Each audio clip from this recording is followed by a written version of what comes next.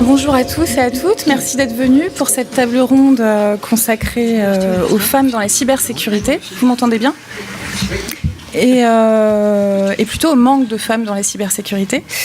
Alors le sujet est incontournable, les assises ne pouvaient pas passer à côté cette année, d'abord parce que c'est un enjeu national et parce que c'est un fait, le pourcentage de femmes est très faible, extrêmement faible, il est de 11% officiellement.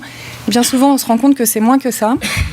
Alors c'est pas vrai aujourd'hui dans le public, là je vois qu'on est à presque, il y a au moins 30% de femmes.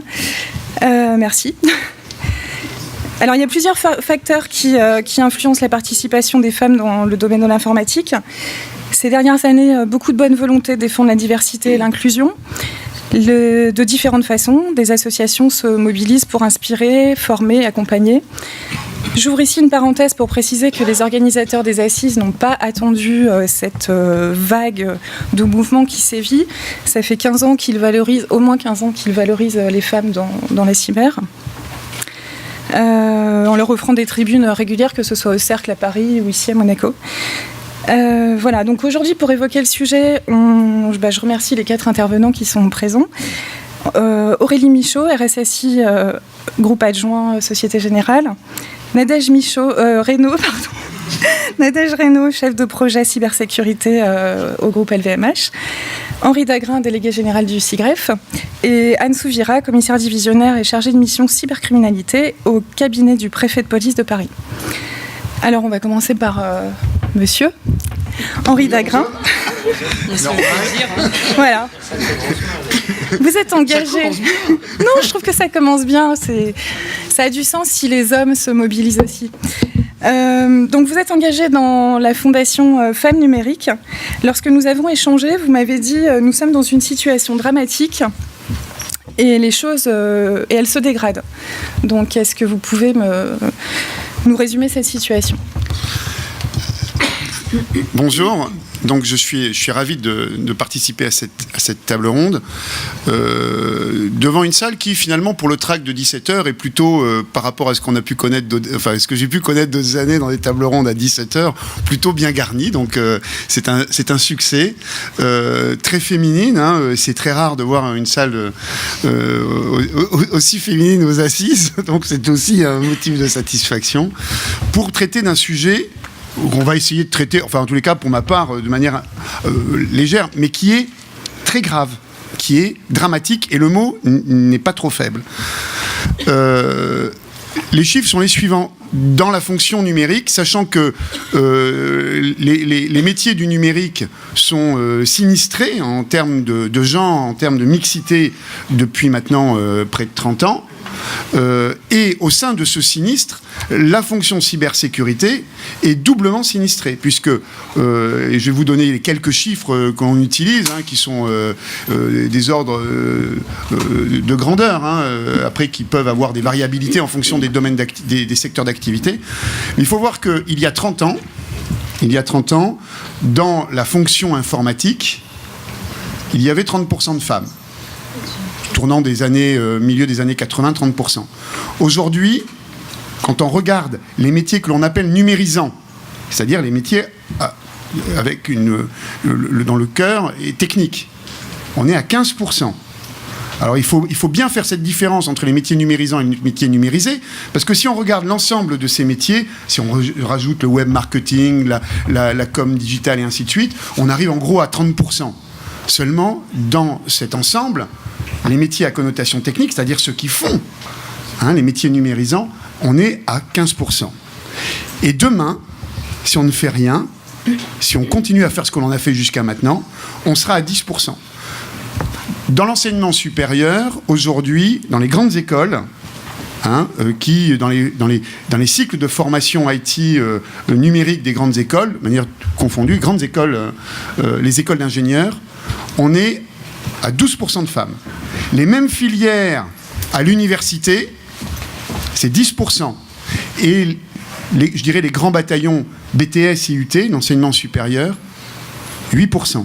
La démographie est une science extrêmement robuste, c'est-à-dire que ces chiffres que l'on constate aujourd'hui dans l'enseignement supérieur, on va inéluctablement les retrouver dans l'entreprise, mais également dans l'industrie du numérique à horizon de de 10 ans. Donc on est sur une pente dramatiquement dégradée. Hein, la situation se dégrade. Et il n'y a pas aujourd'hui de solution de continuité qui apparaissent dans cette dégradation permanente de la situation.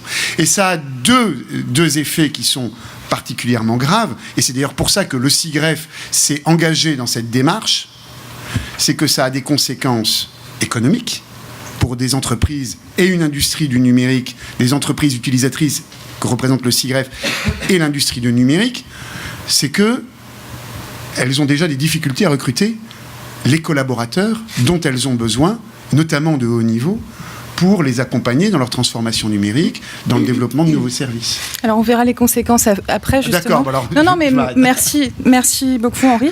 Je me tourne maintenant vers vous, mesdames. Vous êtes la preuve qu'il y a des femmes successful dans notre industrie. Comment êtes-vous arrivée à la cybersécurité ? Aurélie Michaud, quel a été votre parcours et en quoi consistent vos missions aujourd'hui ? Alors, j'ai été diplômée avant les années 2000, donc c'est récent, d'une école de commerce. À cette époque, l'IT était très différente de ce qu'elle est aujourd'hui. Dans les années 2000, il y a eu un très fort besoin et beaucoup de postes ouverts en IT. Donc, ça a permis de changer le type des profils. Hein. Il y a eu beaucoup de profils bio, agro ou d'autres qui ont été recrutés dans l'IT pour justement permettre de répondre à ce fort besoin. Je pense que ce qu'on évoque sur les métiers du numérique de demain, et on voit des statistiques régulièrement, il y aurait 85% des métiers demain qui viendraient du numérique, hein, qui serait donc de nouveau un fort appel et nécessiterait d'ouvrir les compétences. Donc en fait, moi j'ai suivi beaucoup de formations après ces diplômes, et en interne dans les sociétés, des formations longues ou fonction aussi des besoins et des postes au cours en fait de l'évolution et de mon parcours professionnel. C'est quelque chose, je pense, qu'on retrouve complètement aujourd'hui. On a eu déjà le débat entre nous et même hier soir, enfin, sur le besoin de faire rentrer des personnes, encore une fois, avec des profils divers. Si tout le monde ne s'intéresse qu'aux mêmes sources et que ces sources se tarissent, forcément qu'on ne va pas solutionner le sujet. Donc aujourd'hui... Donc il y a une société qui s'appelle Accenture, pour ne pas la citer, mais il y a une trame de fond en ce sens, c'est-à-dire recruter des femmes avec des profils très différents, issus de filières diverses, et de les former en interne. Il y a vraiment ce besoin d'accompagner et de former en interne. On a nous-mêmes, au sein de Société Générale, un directeur général qui le répète régulièrement. Et justement, Aurélie, vous recrutez aujourd'hui. Oui, tout à fait. Et on a besoin de former en interne. Et ce sont des sujets qui évoluent sans cesse. Donc, de toute façon, quand bien même on l'aurait appris il y a 30 ans ou 20 ans ou 15 ans, il y a besoin de se remettre à niveau sans cesse. Et effectivement, nous, on recrute... sans faire une page de publicité, mais on recrute au sein de la direction de la sécurité des systèmes d'information groupe sur divers profils. On a des profils en gouvernance, en communication, mais aussi sur des personnes qui sont en charge des solutions de sécurité pour le groupe, ou aussi des experts pour des équipes de réponse à incidents au CERT, par exemple, Société Générale. Et honnêtement, sans faire d'efforts particuliers, on arrive à recruter de plus en plus de femmes, et on arrivera même à la fin de l'année à être à 30% de femmes sur l'ensemble de ce type de postes, pas uniquement parce qu'il y a plus de femmes en communication, ou il y en aura vraiment dans l'ensemble de ces profils. Merci. Anne Souvira, vous êtes commissaire de police. En 2008, vous êtes nommée chef de la BEFTI, la brigade d'enquête sur les fraudes aux technologies de l'information. Est-ce que vous aviez un background informatique à cette époque ? Moi, j'avais surtout un 0 pointé. En mathématiques, d'ailleurs. Non, pas du tout. En fait, moi, j'ai fait de l'économie comme étude avant 2000. Elle dit que c'est récent, moi je dis que c'est il y a longtemps. Enfin, c'était avant 2000, c'est sûr. En fait, je suis rentrée dans un métier d'homme, paraît-il. Mais en fait, je ne m'en suis jamais rendu compte. Et j'avais donc dépassé les stéréotypes, à savoir que c'était pas un métier pour les femmes, ce que me disait mon père, ce que j'ai entendu souvent, mais j'ai pas constaté que c'était plus un métier. Alors si, évidemment, quand il s'agit d'aller à la castagne, tout ça, là on est moins vaillante. Mais parfois, il faut y aller quand même. Mais bon. Donc, question cerveau, j'ai pas vu la différence entre nous.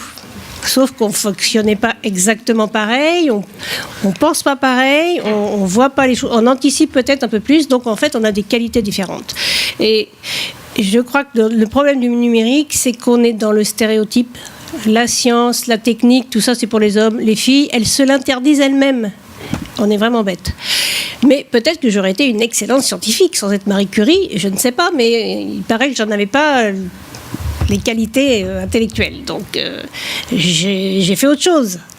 Mais finalement, j'ai fini dans le numérique. Donc, ça montre bien que, indépendamment de tous ces stéréotypes et de prétendues qualités intellectuelles, il y a divers métiers. On peut être complètement technicien, les mains dans les traces ADN numérique, si je peux dire.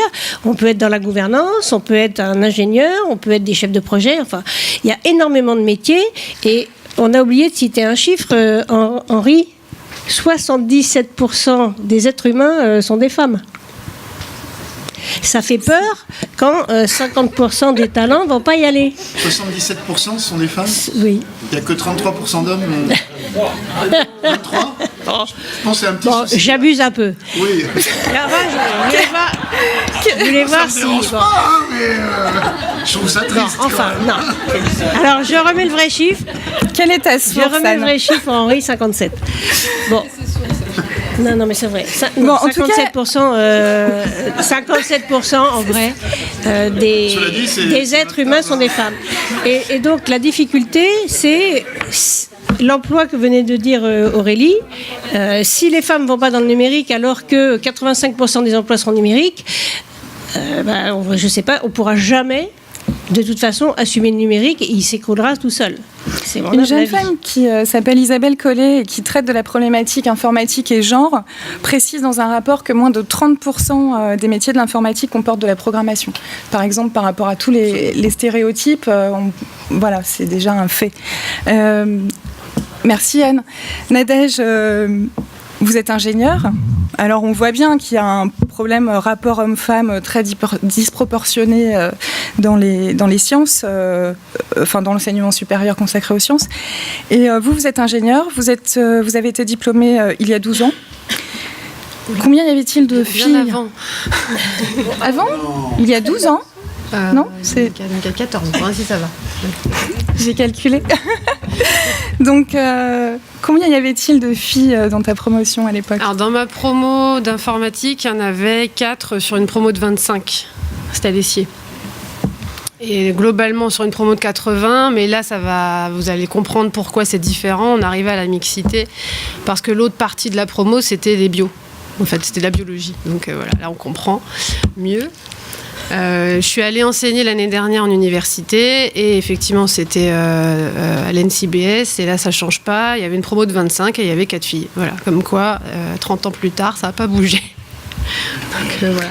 20 ans plus tard ça n'a pas bougé. Est-ce que tu as eu l'impression de devoir fournir des efforts supplémentaires justement Alors les efforts supplémentaires en règle générale à ce niveau-là, que ce soit dans cette école ou que ce soit juste après en début de carrière, c'était vraiment pour la prise de parole. Alors peut-être parce que moi j'ai un niveau sonore de voix qui est pas très haut, ça c'est certain, ça joue pas. Là c'est sûr forcément.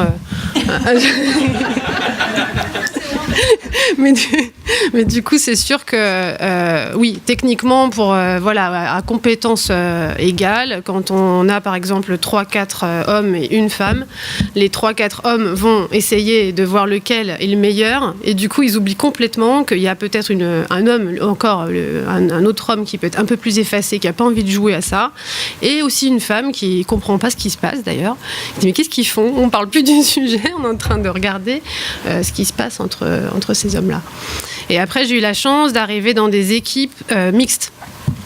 J'ai traversé 2, 3, 4 sociétés et 2 sur ces 4 sociétés m'ont donné l'occasion d'être dans des équipes quasiment parfaitement mixtes. Et avec le recul maintenant, je me dis que vraiment c'était des équipes dans lesquelles on était super performants, efficaces et dans des situations de crise ou des situations de préparation, d'études d'opportunités, etc. C'est là où il y avait le plus de confrontation d'idées. où il y avait le plus d'innovation, de créativité, où on prenait le plus de temps d'écrire des choses et de vraiment explorer toutes les pistes. Il m'est arrivé d'être dans une équipe plus féminine que masculine, ça donne pas pareil, et dans une équipe full masculine, ça donne pas pareil non plus. Donc j'ai une petite expérience comparée à d'autres, mais rien que ça, déjà, moi, ça me convainc que la mixité, c'est quand même quelque chose de super sympa, quoi. Ouais. Bah, les stéréotypes ont la vie dure, hein. Même pour les hommes, dans l'IT, on peut les voir comme nerds, pas capables de sortir dans le jour. Voilà, c'est aussi un cliché qui a la vie dure. On va parler des conséquences. Henri, vous étiez parti sur les conséquences. Oui, j'étais parti sur les conséquences et très rapidement. En disant que la compétitivité est aussi en cause. Elles sont doubles, ces conséquences. D'abord, c'est pour ça que le CIGREF s'est vraiment engagé de manière résolue, mais avec d'autres, au sein d'un collectif, avec beaucoup d'autres associations, notamment avec Syntec Numérique, parce qu'on s'aperçoit très vite qu'on tape dans la même gamelle de l'enseignement supérieur. Donc, quand la gamelle est étroite et qu'elle se rétrécit, on a tout intérêt à la faire grandir ensemble. Les conséquences sont d'abord économiques. Si les entreprises ne trouvent pas les collaborateurs dont elles ont besoin et qu'en plus 50% de la population qui ne s'intéresse pas à ces métiers, on a un vrai problème. Et puis il y a un lien très direct. Pas de collaborateurs aujourd'hui, pas de talent pour piloter, accompagner la transformation numérique. C'est pas de compétitivité pour les entreprises sur des marchés, sur leur marché très concurrentiel, avec d'autres ères civilisationnelles, et j'y reviendrai, qui n'ont pas ces mêmes difficultés. C'est pas de croissance, c'est pas de création d'emplois. Donc enfin, il y a un vrai sujet très direct pour l'économie. Puis c'est un problème sociétal aussi, parce que on peut pas se satisfaire, et tu le disais très bien, d'une société où de plus en plus algorithmisée, de plus en plus gouvernée par les systèmes et les solutions numériques, où ces systèmes sont pensés, développés, administrés, gouvernés uniquement par des hommes. Ça introduit des biais de genre qui sont problématiques. Pour faire le pendant, on a un autre sujet de cette nature, c'est la magistrature qui est de plus en plus féminisée, avec une jurisprudence qui gouverne également nos vies et qui est de plus en plus élaborée uniquement par des femmes. Ça pose d'autres biais de genre. Donc la mixité, dans ces deux cas-là, elle est particulièrement... on en a vraiment besoin dans la société. Mais il faut voir que c'est pas inéluctable, le fait que ces métiers du numérique soient perçus en France. Les chiffres que je vous donnais en France, en Europe et dans le monde occidental, ça concerne essentiellement l'Europe occidentale et l'Amérique du Nord. C'est essentiellement un problème occidental. Absolument, parce que... Dans les pays de l'OCDE, c'est 19%, donc ça rejoint à peu près les chiffres. 15% la réalité. Parce qu'on met toujours les métiers numérisés, mais dans les métiers techniques... métiers numérisants, c'est 15% et moins. Alors qu'il y a d'autres ères civilisationnelles où la place de la femme est beaucoup plus archaïque que dans nos sociétés, où pour le coup, les métiers du numérique sont considérés comme des métiers féminins, purement féminins. Ce sont des métiers qui ne nécessitent pas de force physique, qui ne sont pas salissants, qu'on fait à l'intérieur. On n'a pas besoin de sortir pour les effectuer, voire on peut les faire de chez soi. Tu vas pas remettre les femmes à la maison, quand même ? Comment ? Tu vas pas remettre les femmes à la maison ? C'est pas ça que je veux dire. Non, c'est pas ça que je veux dire. C'est que cette vision des métiers numériques, ce sont des métiers pour les mecs. C'est un sujet chez nous. C'est pas un sujet ailleurs. Au Moyen-Orient, en Indonésie par exemple, au Maghreb, ce sont des métiers à connotation féminine. En tous les cas, il y a beaucoup... En Indonésie, dans les sociétés de services numériques, 60% de femmes.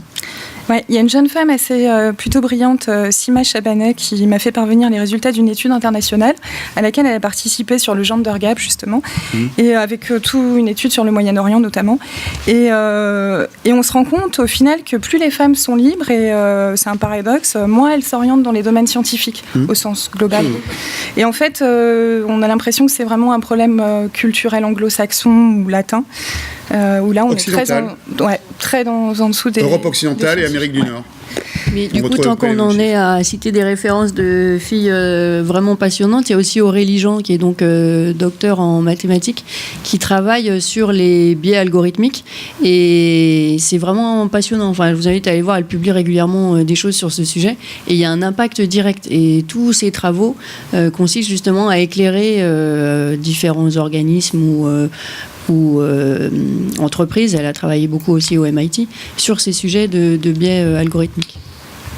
Est-ce que forcément ça influe la manière dont les technologies se développent aussi sur le long terme? Forcément, oui. Ouais. Il y a un lien les stéréotypes dans l'algorithme quand on pense. très direct. Et justement, ces stéréotypes-là, si on ne prend pas conscience, ou si on ne veut pas reconnaître qu'on en a, nous, les femmes, on en a aussi, les hommes en ont, les prescripteurs en ont. Les parents, les profs, c'est eux qui empêchent de développer j'allais dire, l'idée, parce qu'en fait, quand on est jeune, c'est au stade de l'idée. Tiens, je ferais bien ça. J'ai quand même fait des expériences incroyables. Je fais l'écho des métiers dans un lycée public, très renommé, et l'écho des métiers, c'est pour présenter les métiers. Donc, je me dévoue en plein hiver pour aller au truc, passer une demi-journée et voir passer les gosses de seconde, première, terminale. Et je me retrouve dans une salle, il n'y avait que l'armée. Alors, évidemment, tout le monde avait des armes, des machins, des super bateaux, enfin, que des trucs de mecs. Et moi, avec ma cybercriminalité, non seulement j'étais une bonne femme, j'avais 3 goodies, puisque j'avais apporté, mais vraiment... Et ils sont tous allés au truc de l'armée, sauf un, et je pense que c'était un fou. Il a fallu que je le calme en disant non, mais non, on n'a pas le droit de faire ça. Enfin, il me proposait, c'était... Bon, enfin. Donc, parce que il y a des sacrés dangers, là, hein, chez les jeunes. On dit qu'ils sont dans les caves, là, les geeks, mais enfin, je peux vous dire qu'il y en a certains... Oui, il y a du potentiel, hein, mais il n'est pas toujours au service du bon côté de la force. Hein. Donc, quand même, l'écho des métiers, et vous vous retrouvez avec l'armée, vous dites, dans un lycée public, ceux qui ont organisé ça, ils n'ont pas tout compris. Bon, bien sûr, là, donc, je leur ai fait la remarque, l'année d'après, j'étais beaucoup mieux placée dans un truc qui était beaucoup moins... Là, j'étais plutôt avec des physiciens, des mathématiciens, donc chaque fois qu'ils s'arrêtaient, ou je les faisais venir, parce que sinon, ils ne s'arrêtent pas... Il y a besoin de faire des mathématiques pour faire de l'informatique ou pour faire du numérique. Alors bon, moi, j'aurais dit, je ne suis pas du tout une matheuse. Donc, il y a divers métiers. Certains, oui, mais pas tous. Donc, informez-vous, et à nous de faire de la pédagogie, aux parents, aux profs, et il faut réfréner nos stéréotypes personnels. Oui, la police, c'est pas un métier d'homme, mais oui, mais il y a quand même plein de femmes qui le font. Donc, il faut dépasser le diktat de son père. Pour le numérique aujourd'hui. Je suis ton père. De sa mère aujourd'hui. Ou de sa mère. Oui. Il y a la réalité le déterminisme qui tente à éloigner les femmes des métiers du numérique. Il est entretenu par les prescripteurs que sont d'abord les parents, mais également les enseignants. Et les enseignants, de manière inconsciente, éloigne les femmes, les filles de ces métiers dans les orientations. C'est pas si inconscient que ça, Henri, parce que finalement, tous les métiers scientifiques et autres technologies de haut vol, c'est pas pour les femmes, parce que nous, on est trop bêtes. Pas du tout.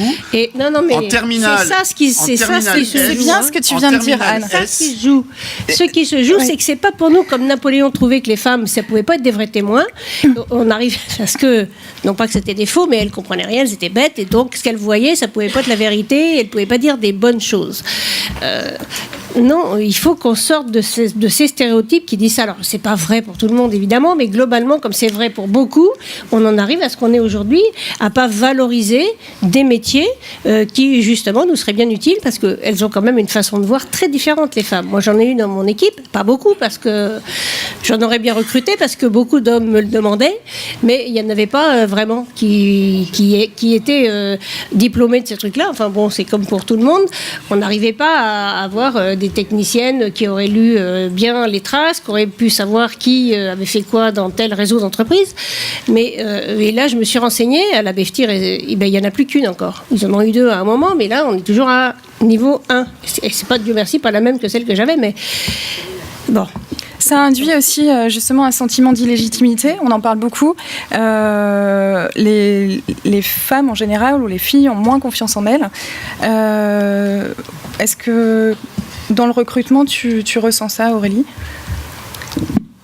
Oui, c'est vrai que, encore une fois, sans tomber dans des caricatures ou des clichés, globalement, sincèrement, ce que je retrouve, c'est le côté manque de confiance en soi, manque de mise en avant, et puis assez rapidement, sur un poste qui va demander, sur un spectre de 100% de compétences à avoir, elles vont partir sur le côté, oui, mais les 20% qui sont là, bon, je suis peut-être pas encore complètement experte là-dessus, ou je suis peut-être pas très à l'aise. Elles vont d'abord parler de ces 20% et les pointer en 1 heure d'entretien.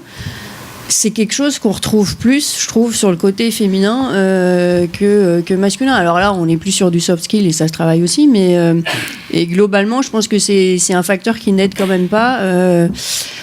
C'est pareil. Enfin, encore une fois, je pense que ça rejoint aussi ce qu'on évoquait sur l'éducation. On a aussi un système scolaire assez particulier en France. C'est peut-être pour ça qu'on n'a pas les mêmes statistiques que dans d'autres pays, où il faut être très très scolaire, où il y a moins l'échange, il y a beaucoup d'écoute, et puis si on restitue, alors après ça fonctionne bien. Enfin, c'est très différent ensuite du monde de l'entreprise. Il y a quand même un gap entre ce qu'on nous apprend, même si c'est un peu en train de changer, au niveau de l'éducation, au niveau des études, et ce qui se passe après dans l'entreprise. Donc effectivement, oui, parce qu'après, il faut qu'elles restent, parce qu'il y a celles qui font les études. Alors, elles sont déjà pas nombreuses, mais en plus, elles décrochent 2 fois plus que les hommes. Et ça aussi, c'est des stats de Carnegie Mellon, et c'est dû à ce sentiment, justement, d'illégitimité. Oui, enfin, cette éviction des femmes dans les métiers du numérique, ça se voit surtout dans la prod, parce que ce sont des métiers qui sont quand même pas simples, qui nécessitent des astreintes, et au bout de quelques années, il y a quand même ce sentiment où les femmes disent bon, ça m'emmerde, moi j'arrête. Les hommes se disent moins ça. C'est pas une question de morale ou de jugement de valeur, mais les femmes disent à un moment, ça m'emmerde de faire ce métier, j'ai pas envie, donc j'arrête. Et on le constate beaucoup dans la prod, en tous les cas, c'est une expérience qui est partagée par les entreprises. Dans les services de prod, les femmes qui arrivent, elles n'y restent pas longtemps. Qu'est-ce qu'on fait pour qu'elles y restent ? On fait de la prod autrement. Non.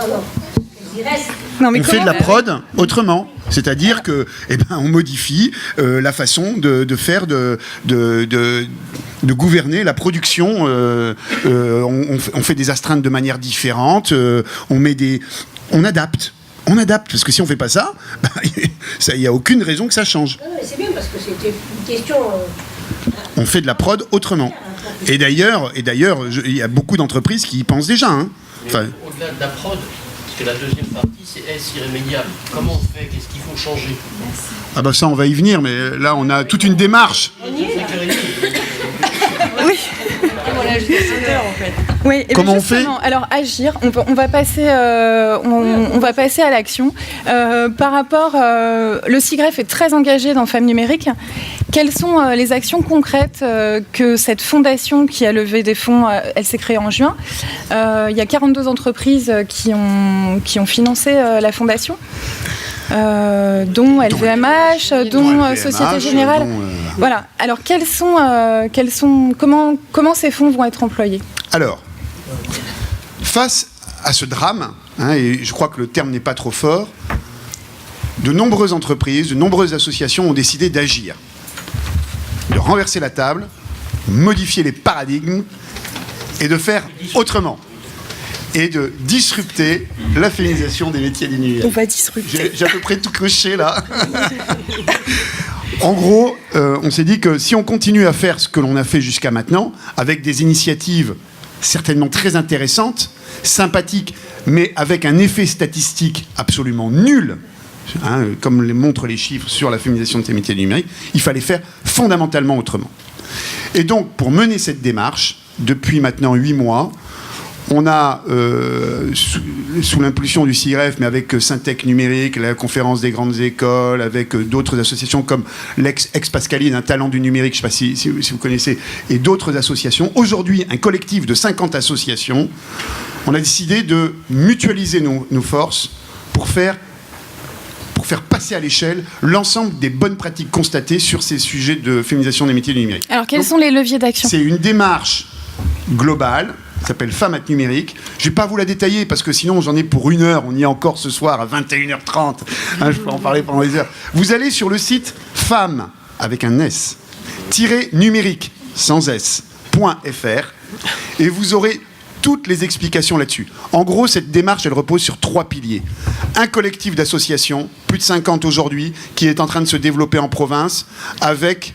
C'est le pilier opérationnel. Un pilier financement avec une fondation. 42 entreprises qui ont mutualisé leurs moyens pour financer ces sujets-là. Fondation créée sous l'égide de la Fondation de France, qui a été présentée notamment le 27 juin. Et enfin, un pilier institutionnel qui est porté par le secrétaire d'État au numérique, mais avec l'ensemble de l'appareil de l'État. Il est chargé de mobiliser l'appareil de l'État.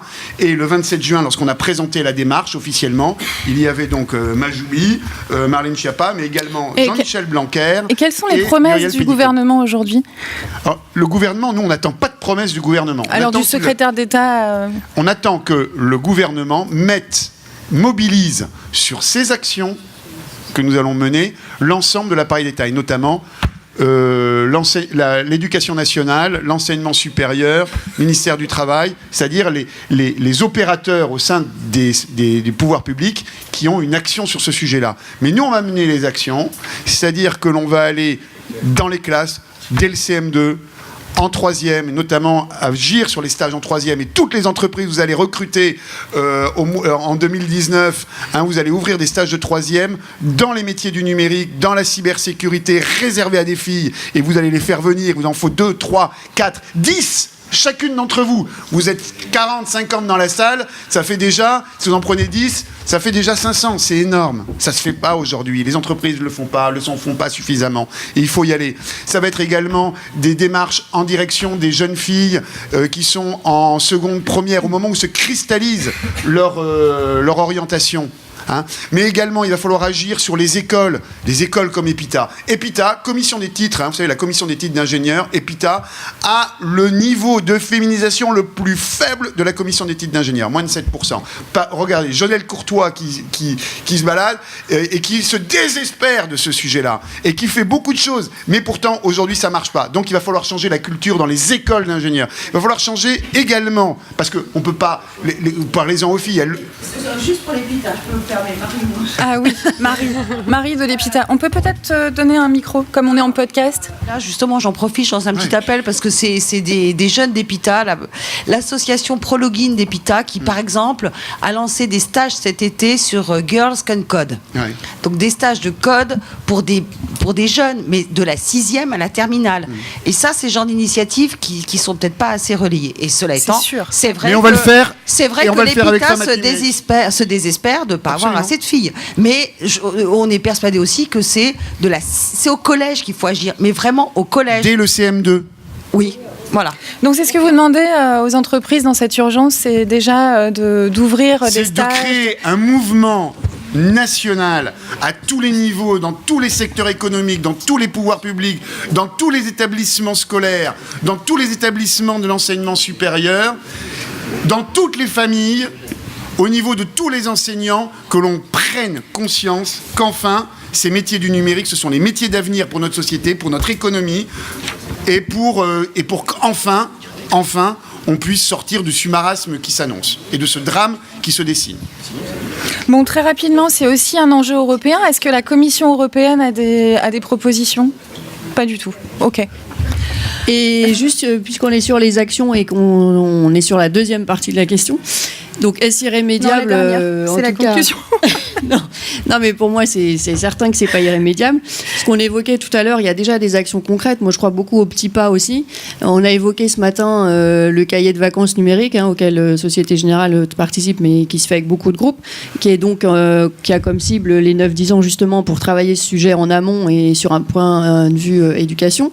On a eu, nous, en interne, un programme d'intrapreneuriat et on a notamment une start-up qui s'appelle IT for Girl qui justement dispense ces séances de coding uniquement à des filles, pareil sur les mêmes genres de tranches d'âge et qui se déploie de plus en plus dans des sociétés en France et qui fonctionne très très bien. On a ensuite créé ce qu'on appelle un cyber-institut, une académie en interne pour former, ce que j'évoquais au départ, pour former les personnes qui sont pas forcément nées dans la sécurité. Encore une fois, la sécurité, il y a 15 ou 20 ans, il n'y a pas, l'offre de formation n'était pas la même. Et dans cet institut, on va aussi permettre d'accéder à des postes en cybersécurité. Et je terminerai aussi avec une dernière initiative qui s'appelle IT School, qui est donc en partenariat avec Simplon, donc Société Générale et Simplon. Et on aura donc pour cette formation une promotion hébergée au sein de la Société Générale, au sein de notre technopôle des Dunes à Val de Fontenay, pour former des personnes uniquement en reconversion, donc soit des personnes demandeuses d'emploi, soit en interne, sur des reconversions, puisque les postes évoluent, que la banque se transforme et qu'on a des nouveaux besoins.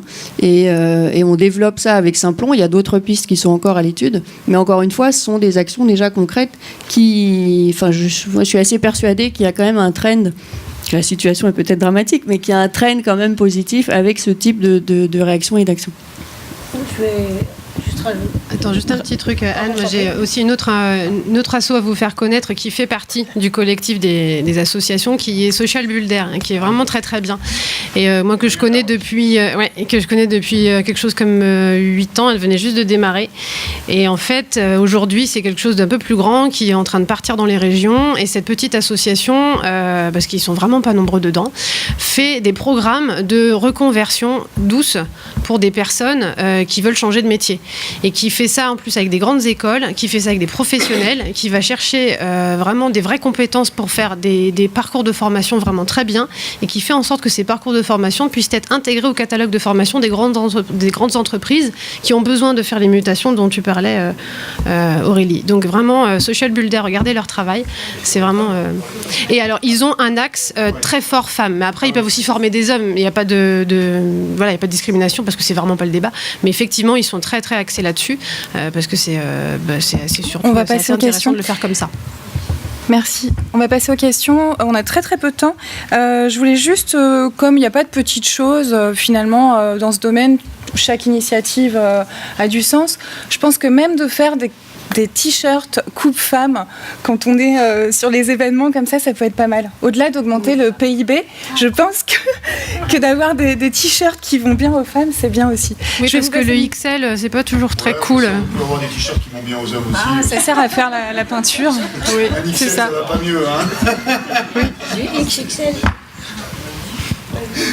Bonjour, j'avais une question parce que j'ai pas entendu dans vos discours de partie sensibilisation aux mecs, que les femmes ont leur place aussi, et qui pour moi me paraît assez important, notamment pour avoir expérimenté un peu du coup les écoles d'ingénieurs, avoir d'autres avis dans l'école d'ingénieurs, ça reste quand même compliqué. Moi j'ai des histoires où je me suis rendu compte 5-6 ans après que on nous dit les promos supérieurs te disent oui, prends pas de filles dans ton groupe parce que ça va te planter ton groupe de projet, qui eux l'ont appris de leurs promos supérieurs etc. Une espèce de cycle infernal comme ça qui s'enchaîne, et qu'on se rend compte après la sortie, après t'as un peu plus déconstruit, et c'est là où je me demande qu'il faut... C'est ce que j'ai dit quand je disais qu'il fallait changer la culture dans les écoles d'ingénieurs. J'ai pas eu le temps, mais parce que et c'était intéressant effectivement que tu parles de l'EPITA. Comment ? Non ? Pourquoi ? Non, mais il faut absolument effectivement changer la culture dans les écoles d'ingénieurs, dans toutes. Non, mais on ne peut pas continuer comme on le c'est- fait, comme je l'ai dit dans la prod. Il faut faire de la prod autrement. De la même manière, il faut que ces écoles d'ingénieurs, et EPITA est concerné, et Joël Courtois y travaille, je le sais, je fais partie de son conseil de perfectionnement, et on en parle à chaque fois. C'est un sujet majeur. Si on ne change pas la culture dans ces écoles, alors en même temps c'est compliqué parce qu'elles recrutent également sur ça. Tu changeras pas la culture dans les écoles si tu changes pas l'éducation que les enfants reçoivent. Donc, éduquons nos garçons à respecter les filles et à comprendre qu'elles aussi sont des êtres égaux et qui peuvent faire la même chose. C'est tout, c'est que cette petite question-là finalement. Attends, tout petit complément sur l'EPITA. On a une seule femme de moins de 40 ans membre du CODIR au sein de notre groupe qui provient de l'EPITA. Donc c'est quand même une belle mise en avant. Oui, bonjour. Je voulais juste dire deux choses. La première, c'est... Bon, déjà, j'habite en Suisse, mais je me sens aussi concerné par ces problèmes que les Français. Ce que je voulais dire, c'est qu'on insiste souvent beaucoup sur les conséquences, parce que c'est ce qu'on observe, mais très peu sur les causes. Moi, je vais sortir d'ici sans savoir s'il y a peu de femmes parce qu'elles n'osent pas, parce qu'elles sont discriminées, parce qu'il y a un manque d'intérêt. Je crois que les causes, on n'en parle pas assez et c'est dommage. Mais ma question était la suivante. Je suis père de famille, j'ai 2 enfants, un garçon et une fille. Est-ce que j'ai pas l'impression de faire faux, mais j'aimerais savoir qu'est-ce que je pourrais leur dire. Je recrute dans des métiers de la cybersécurité. Depuis que je suis à des postes de responsabilité, je reçois majoritairement des CV d'hommes. Est-ce qu'à mon niveau, en amont, je peux faire quelque chose pour recevoir plus de CV de femmes? Je n'ai pas reçu de réponse par rapport à ça. Et j'enseigne dans une université et j'aimerais savoir si, en tant qu'enseignant, je fais des choses fausses alors que j'ai des classes où il y a déjà majoritairement des mecs. Donc là, également, j'aimerais savoir avec quoi je peux partir en me disant comment je peux agir, parce que je ne peux pas faire partie d'une association ou quoi que ce soit. Comment je peux agir? Sur les causes, on en a parlé. On a dit que c'était déjà les parents, qu'il y avait ensuite l'éducation même très... Oui. Alors, moi, je vais peut-être un élément de réponse là-dessus, parce que très clairement, au niveau des parents, enfin, moi, je suis mère d'une petite fille de 5 ans, et c'est vrai que quand elle me dit, quand elle voit les grosses machines qui élaguent les arbres, que plus tard elle veut faire ça, je lui dis, bah ok, tu veux conduire un truc énorme avec plein de scies, bah ok, si tu veux. Bon, elle a que 5 ans, c'est facile, mais pourquoi pas? Je veux dire, il faut vraiment pas leur mettre de barrière, quoi. Ça, c'est le premier truc. Et d'ailleurs, ce matin même, c'est vraiment pas une coïncidence, on lui a pas demandé. Emmanuel Macron a tweeté que les femmes se mettaient un plafond de verre sur les métiers dans la tech et qu'il fallait faire quelque chose. Je pense que ça vient de son discours d'hier à Station F, ou voilà. Je pense que ça vient de là. Donc, à mon avis, très clairement, expliquer à vos filles, vos garçons qu'ils ont envie de faire un truc, ils le font. Point. Voilà, ça s'arrête là. Alors, une dernière question, parce qu'on est pris par le temps. Oui, juste sur les mesures que vous citez pour lutter contre ça, je suis un petit peu dubitatif lorsqu'il s'agit d'intervenir en fait en fin de cycle de formation. J'ai une fille qui maintenant vient de rentrer à la fac, mais je me souviens avoir été scandalisé lorsqu'elle était au collège. Vous l'avez tous vécu, tous les parents l'ont vécu. Les enseignants, je leur tape pas dessus, mais les enseignants expliquent que les mauvais ils vont devenir plombiers, électriciens, et que les bons ils vont aller dans les études supérieures. Résultat, allez vous chercher un plombier. Allez en trouver un, c'est une autre paire de manches.